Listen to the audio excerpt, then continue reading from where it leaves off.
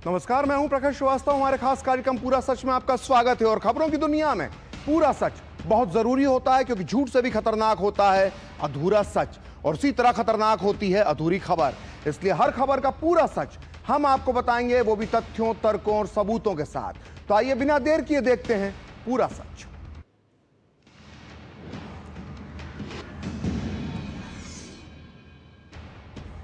तो बहुत पुरानी कहावत है कि जिनके घर कांच के होते हैं वो दूसरों के घरों पर पत्थर नहीं फेंकते हैं। दरअसल ये कहावत आजकल की राजनीति में एकदम सटीक बैठती है। अब ताजा मामला ही देखिए। राहुल गांधी चुनाव आयोग और बीजेपी पर लगातार वोट चोरी का आरोप लगा रहे हैं। और आज बीजेपी ने नेहरू से लेकर इंदिरा गांधी और राजीव गांधी से लेकर सोनिया गांधी तक कांग्रेस की चुनावी धांधली का पूरा इतिहास खोल कर रख दिया। आज हम बीजेपी के इन सारे आरोपों का फैक्ट चेक करेंगे और आपको पूरे तथ्यों, तर्कों और सबूतों के साथ बताएंगे कि क्या सही में नेहरू की कांग्रेस ने डॉक्टर अंबेडकर को बेईमानी से और धांधली से चुनाव हरवाया था। साथ ही आज हम आपको बताएंगे कि क्यों इस देश की एक अदालत ने इंदिरा गांधी को भ्रष्ट चुनावी आचरण का दोषी ठहराया था। साथ ही हम आपको बताएंगे कि राजीव गांधी जब प्रधानमंत्री थे तब उनकी लोकसभा सीट अमेठी में किस तरह से लूटे जाते थे बूथ और चलाई जाती थी चुनाव के दिन गोलियां। तो आज का ये शो बहुत ज्ञानवर्धक होने वाला है, इसलिए बिना देर किए देखते हैं पूरा सच पूरे विस्तार के साथ। तो पिछले कई दिनों से राहुल गांधी और पूरा विपक्ष लगातार वोट चोरी के आरोप लगा रहा था, लेकिन आज बारी बीजेपी की थी। बीजेपी ने आज आजाद भारत से लेकर अब तक वोट चोरी का पूरा इतिहास देश के सामने रख दिया।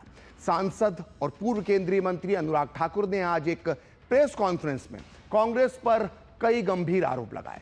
उन्होंने कहा कि राहुल गांधी के नेतृत्व में कांग्रेस का 90 बार चुनाव हारने का रिकॉर्ड है, लेकिन फिर भी कांग्रेस आत्ममंथन करने के बजाय कभी ईवीएम पर सवाल उठाती है, कभी मतदाताओं को दोषी ठहराती है, तो कभी वोटर लिस्ट का सवाल उठाती है। उन्होंने कहा कि कांग्रेस हर हार के बाद नए नए बहाने ढूंढती रहती है। इसके अलावा अनुराग ठाकुर ने कांग्रेस का उसका इतिहास भी याद दिलाया और बताया कि किस तरह से डॉक्टर अंबेडकर को 1952 में कांग्रेस ने चुनाव हरवाया था। इसके अलावा उन्होंने नेहरू के युग से लेकर इंदिरा गांधी और राजीव गांधी के दौर में हुई चुनावी धांधलियों का भी जिक्र किया। आज पूरा सच में हम बीजेपी के इन सारे आरोपों का फैक्ट चेक करेंगे, लेकिन पहले सुनिए अनुराग ठाकुर ने आज क्या कहा। कल कुछ कांग्रेस के लोग कह रहे थे राहुल गांधी जी और विपक्ष के नेताओं ने बवंडर खड़ा किया। अरे भाई, बवंडर नहीं, बलंडर है। और मैं बताने वाला हूं कैसे। जितने आरोप आज तक लगाए, मैं राहुल जी को यही कहूंगा, धूल चेहरे पर थी पर आप आईना साफ करते रहे। 1952 से अगर हम शुरुआत करें तो चोर चोर मुसेरे भाई मिलकर वोट की चोरी की दुकान चलाई। यानी कि कांग्रेस सीपीआई ने मिलकर संविधान निर्माता, एक संत जैसे नेता डॉक्टर भीमराव अंबेडकर जी को चुनाव हरवाया। और चुनावी भ्रष्टाचार की नींव कांग्रेस ने पहले चुनाव से 1952 में ही रख दी थी। आप कल्पना कीजिए, जिन्होंने संविधान बनाया था, एक कांग्रेस और एक परिवार ने उसी संविधान निर्माता को चुनावों में धांधली करके हरा दिया।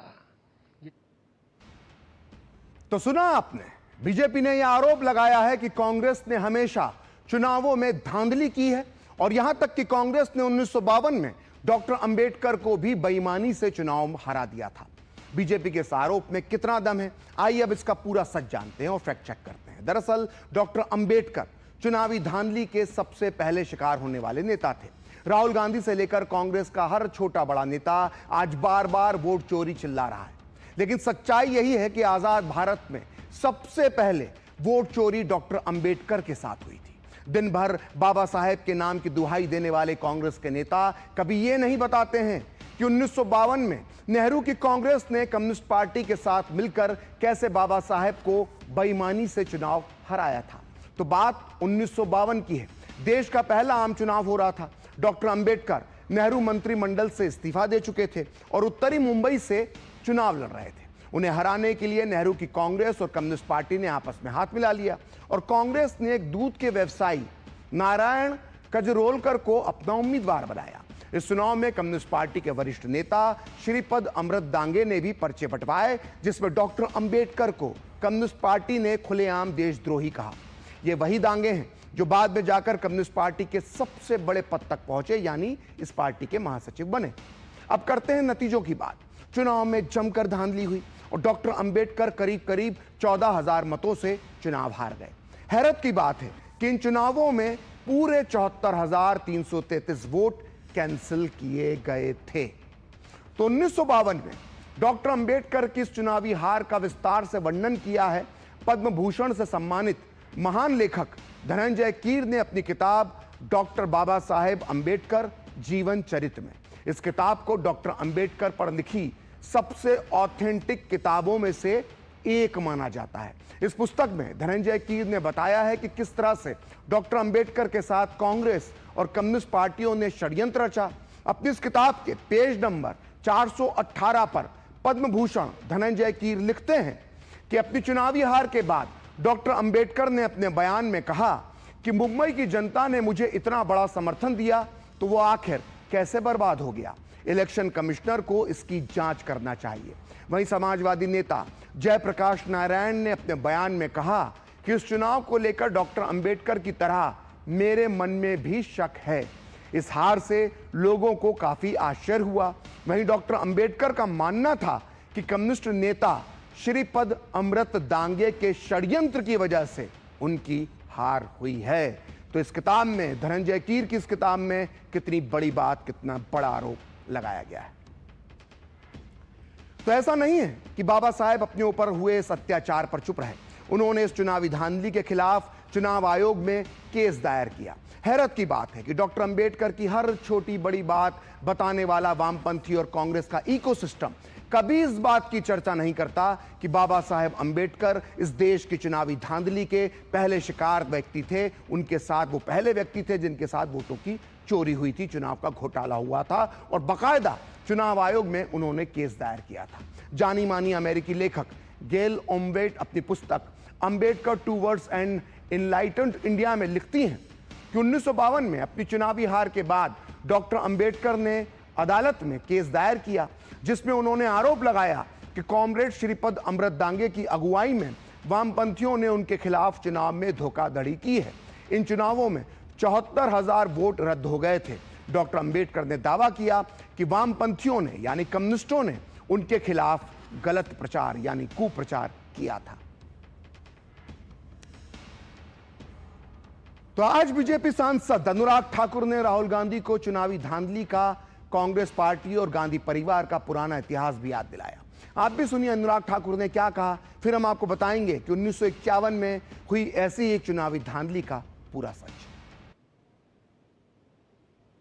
इस परिवार और पार्टी का शुरू से ये रहा है कि चुनाव हारते हो तो वोटर पे ठीकरा फोड़ दो या इलेक्शन कमीशन पे ठीकरा फोड़ दो या इलेक्शन कमीशन के नियमों पर, कार्यप्रणाली पर प्रश्न चिन्ह खड़ा कर दो। इंदिरा गांधी जी ने तो यहां तक कह दिया कि मतदाता मूर्खों का टोला है। Indira Gandhi said voters a bunch of fools. और इस 77 का चुनाव हारने के बाद कहा। 1999 में जब राजीव गांधी जी हारे तो उन्होंने बैलेट पेपर पर ठीकरा फोड़ दिया। वो उस समय कहते थे इलेक्ट्रॉनिक मशीन लाओ, आज उनके सुपुत्र राहुल गांधी जी कहते हैं कि भाई ईवीएम बंद करो, वापस बैलेट पेपर पे जाओ। मेरा राहुल गांधी जी से सीधा सवाल है, किस बात का डर है राहुल जी? शपथ पत्र नहीं देते, सबूत नहीं देते, झूठे आरोप लगाकर भाग जाते हो। तो डॉक्टर अंबेडकर के साथ कांग्रेस ने किस तरह से चुनावी धांधली की थी, इसका पूरा सच तो हमने आपको बता दिया है। आइए अब आपको बताते हैं कि भारतीय चुनाव के इतिहास से जुड़ा एक ऐसा सच जिसके बारे में आपको कभी किसी ने नहीं बताया होगा।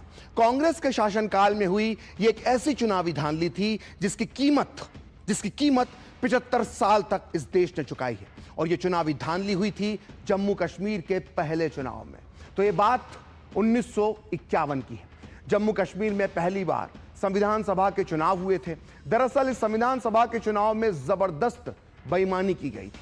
आपको यह पूरा सच जानकर हैरानी होगी कि इन चुनावों में शेख अब्दुल्ला और नेशनल कॉन्फ्रेंस पर जमकर चुनावी धांधली करने के आरोप लगे थे।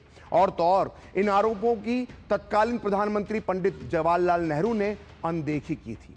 हैरत की बात है कि जो आज गला फाड़ फाड़ के वोट चोरी के आरोप लगा रहे हैं, वो 1951 के इन संविधान सभा के चुनावों में हुई धांधली का जिक्र तक नहीं करते। तो आइए जानते हैं इस जम्मू कश्मीर में हुई इस चुनावी धांधली का पूरा सच क्या था।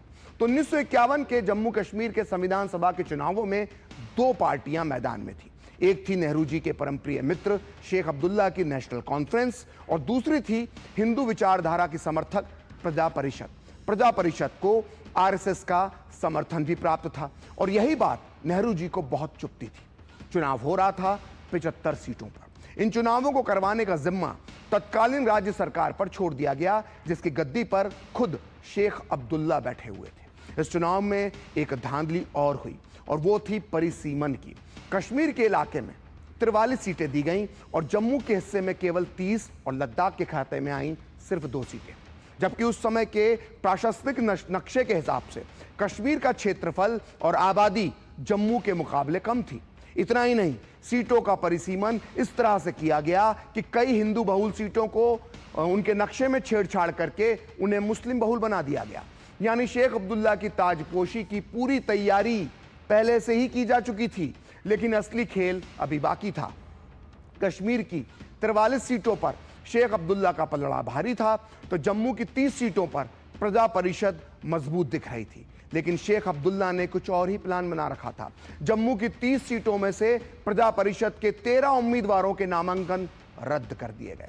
प्रजा परिषद ने इस धोखे के खिलाफ खूब शोर मचाया, श्रीनगर से लेकर दिल्ली तक गुहार लगाई, लेकिन लोकतंत्र के मसीहा कहे जाने वाले तत्कालीन प्रधानमंत्री पंडित नेहरू ने कोई कदम नहीं उठाया। और आखिरकार हिंदुओं के अधिकारों की बात करने वाली बेचारी प्रजा परिषद आखिर क्या करती? उसने विरोध स्वरूप पूरे चुनावी मैदान से हटने का फैसला कर लिया। नतीजा यह हुआ कि जम्मू कश्मीर और लद्दाख की सभी 75 सीटों पर शेख अब्दुल्ला की नेशनल कॉन्फ्रेंस निर्विरोध चुनाव जीत गई। यानी पूरे राज्य में वोट डालने की जरूरत ही नहीं पड़ी।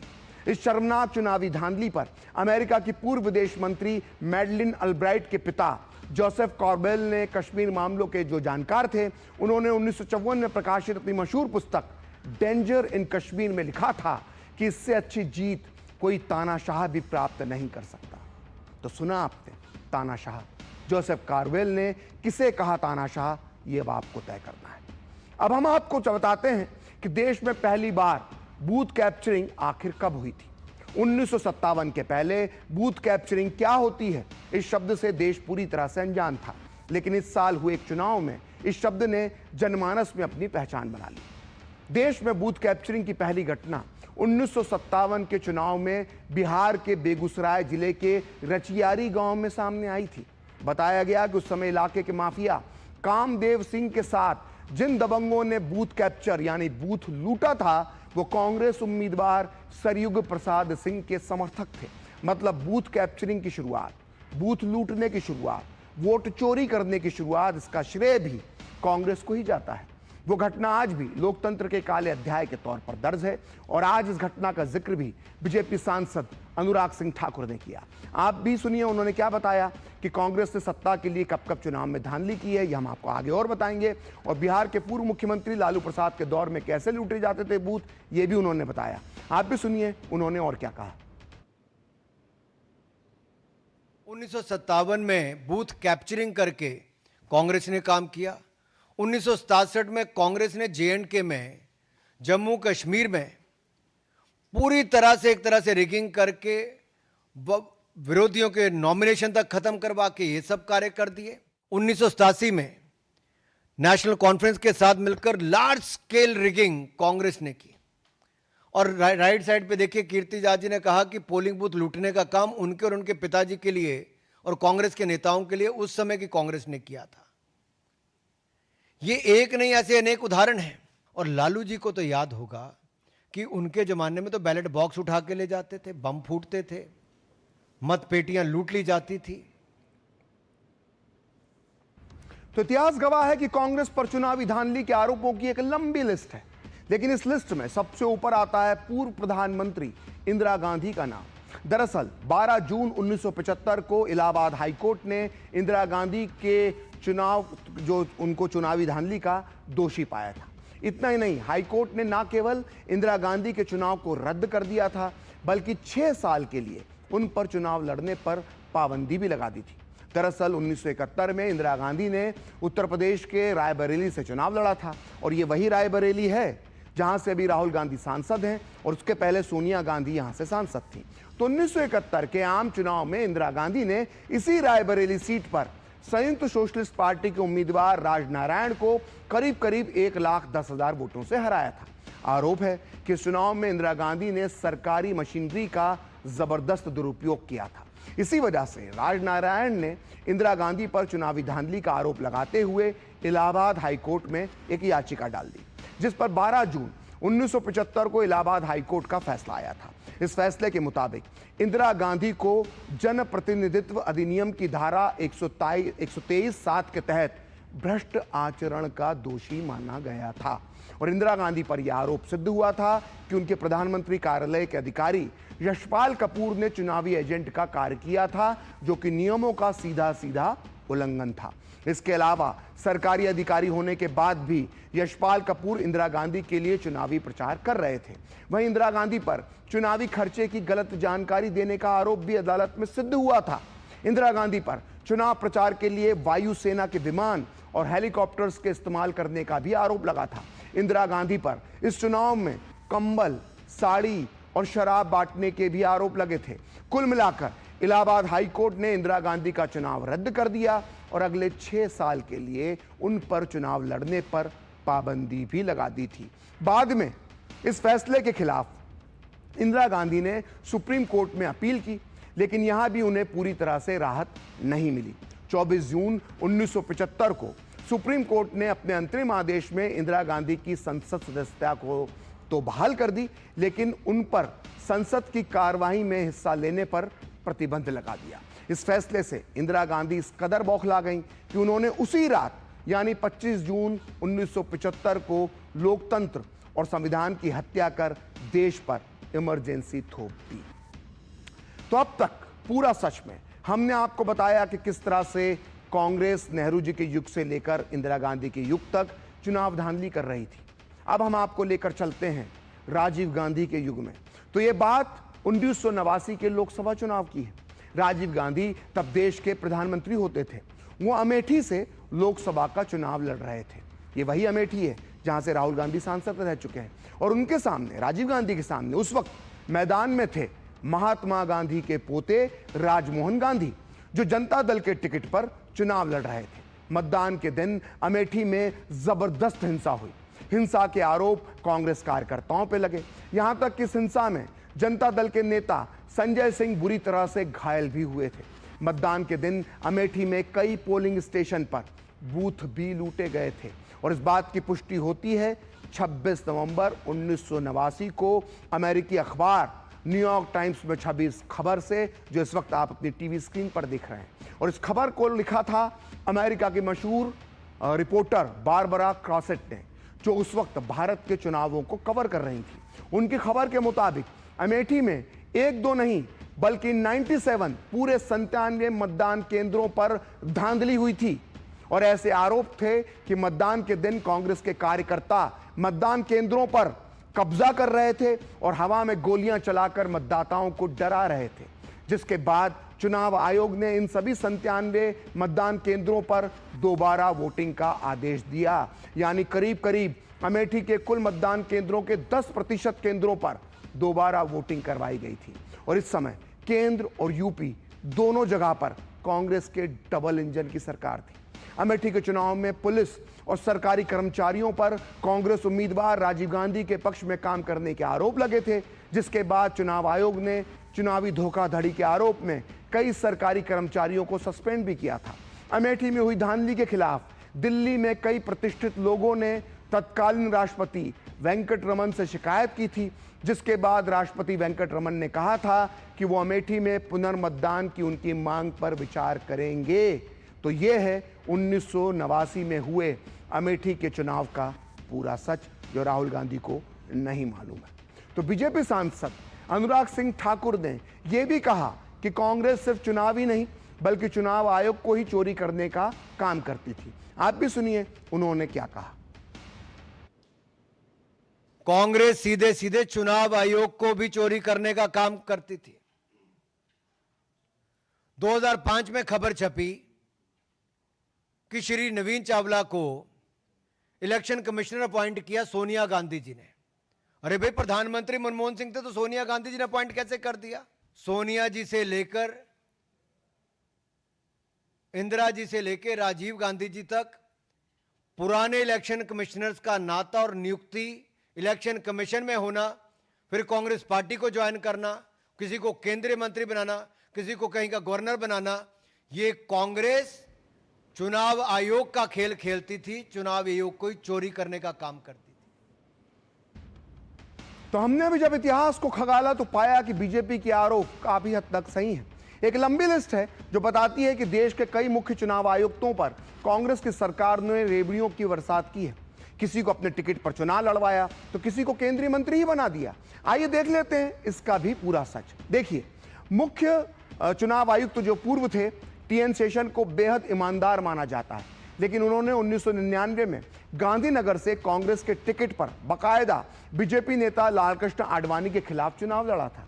लेकिन सबसे जबरदस्त उदाहरण है 1996 से 2001 तक मुख्य चुनाव आयुक्त रहे एमएस गिल का, जिन्हें कांग्रेस ने 2004 से 2016 तक राज्यसभा का सांसद तो बनाया ही बनाया, मनमोहन सरकार में उन्हें केंद्रीय मंत्री की कुर्सी भी दी गई। इसके अलावा 1958 से 1967 तक मुख्य चुनाव आयुक्त रहे केवी सुंदरम को विधि आयोग का अध्यक्ष बनाया गया। वहीं 1982 से 1985 तक मुख्य चुनाव आयुक्त रहे आर के त्रिवेदी को गुजरात का राज्यपाल बनाया गया। और इतना ही नहीं, 1990 में मुख्य चुनाव आयुक्त रही वीएस रामादेवी को कर्नाटक का राज्यपाल बनाया गया। और ये तो सिर्फ चंद उदाहरण हैं, ये लिस्ट और भी लंबी है। तो पूरा सच में अब वक्त एक ब्रेक का, और ब्रेक के बाद बताएंगे क्या नागरिकता मिलने से पहले ही वोटर लिस्ट में जुड़ गया था सोनिया गांधी का नाम।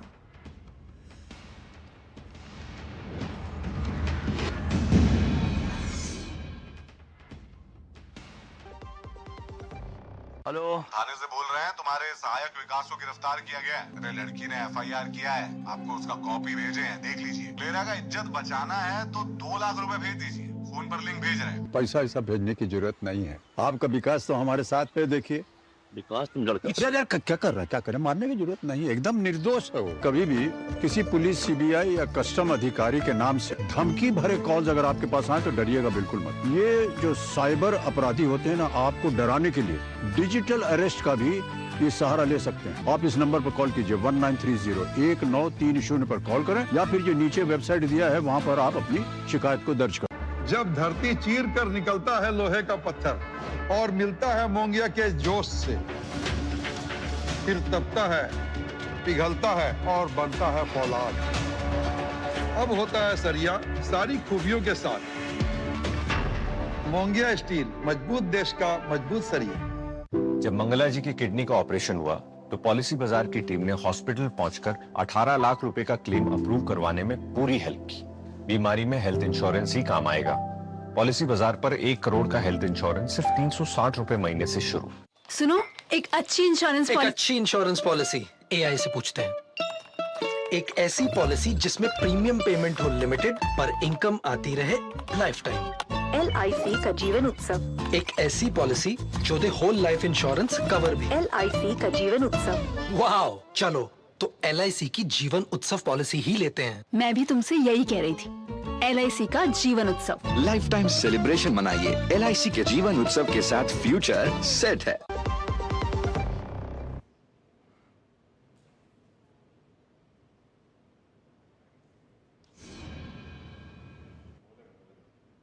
तो ब्रेक के बाद पूरा सच में आपका फिर से स्वागत है। और एसआईआर की लड़ाई अब यहां तक पहुंच गई है कि सोनिया गांधी का नाम वोटर लिस्ट में कब और कैसे जुड़ा, इस पर भी चर्चा हो रही है। बीजेपी ने आज सोनिया गांधी का नाम मतदाता सूची में जोड़े जाने को लेकर सनसनीखेज दावा किया है। बीजेपी का आरोप है कि सोनिया गांधी का नाम 1980 में वोटर लिस्ट में उस वक्त शामिल किया गया जब वो भारत की नागरिक भी नहीं थी, बल्कि उस समय उनके पास इटली की नागरिकता थी। वो इटली की नागरिक थी। दरअसल बीजेपी के मुताबिक सोनिया गांधी को 1983 में भारतीय नागरिकता मिली थी, यानी वोटर लिस्ट में नाम आने के 3 साल बाद। उस समय गांधी परिवार एक सफदरजंग रोड पर रहता था, जो तत्कालीन प्रधानमंत्री इंदिरा गांधी का आधिकारिक निवास था। इस पते पर इंदिरा गांधी, राजीव गांधी, संजय गांधी और मेनका गांधी के नाम पहले से ही दर्ज थे। लेकिन 1980 में नई दिल्ली संसदीय क्षेत्र की मतदाता सूची का पुनरीक्षण हुआ, जिसकी कट ऑफ डेट 1 जनवरी 1980 थी और इसी दौरान सोनिया गांधी का नाम इसमें जोड़ा गया। उनका नाम पोलिंग स्टेशन 145 में क्रम संख्या 388 पर दिखाई दिया। ये सीधे सीधे कानूनों का उल्लंघन था, क्योंकि वोटर बनने के लिए भारतीय नागरिक होना अनिवार्य है। ये पहली शर्त है। 1982 में जब यह मामला गरमाया तो उनके नाम को लिस्ट से हटा दिया गया। लेकिन कहानी यहीं खत्म नहीं होती। जी हां, उनके नाम को हटाए जाने के बाद उसे फिर से कब और कैसे जोड़ा गया, यह भी चौंकाने वाला है। 1983 में मतदाता सूची को फिर से उसका पुनरीक्षण हुआ और इस पुनरीक्षण के लिए कट ऑफ डेट थी 1 जनवरी 1983। लेकिन चौंकाने वाली बात यह है कि सोनिया गांधी को भारतीय नागरिकता 30 अप्रैल 1983 को मिली। इसका मतलब साफ है कि सोनिया गांधी का नाम 2 बार वोटर लिस्ट में दर्ज हुआ और दोनों ही बार जब यह नाम दर्ज हुआ तो उनकी नागरिकता की बुनियादी शर्त वो पूरी नहीं करती थी। अब बीजेपी पूछ रही है कि क्या ये खुल्लम खुल्ला चुनावी धांधली नहीं थी तो और क्या था। तो आज पूरा सच में इतना ही। कल फिर होगी आपसे मुलाकात अपने इस खास कार्यक्रम पूरा सच में किसी और सियासी मुद्दे की पड़ताल के साथ। तो मुझे और मेरी पूरी टीम को दीजिए अनुमति। नमस्कार।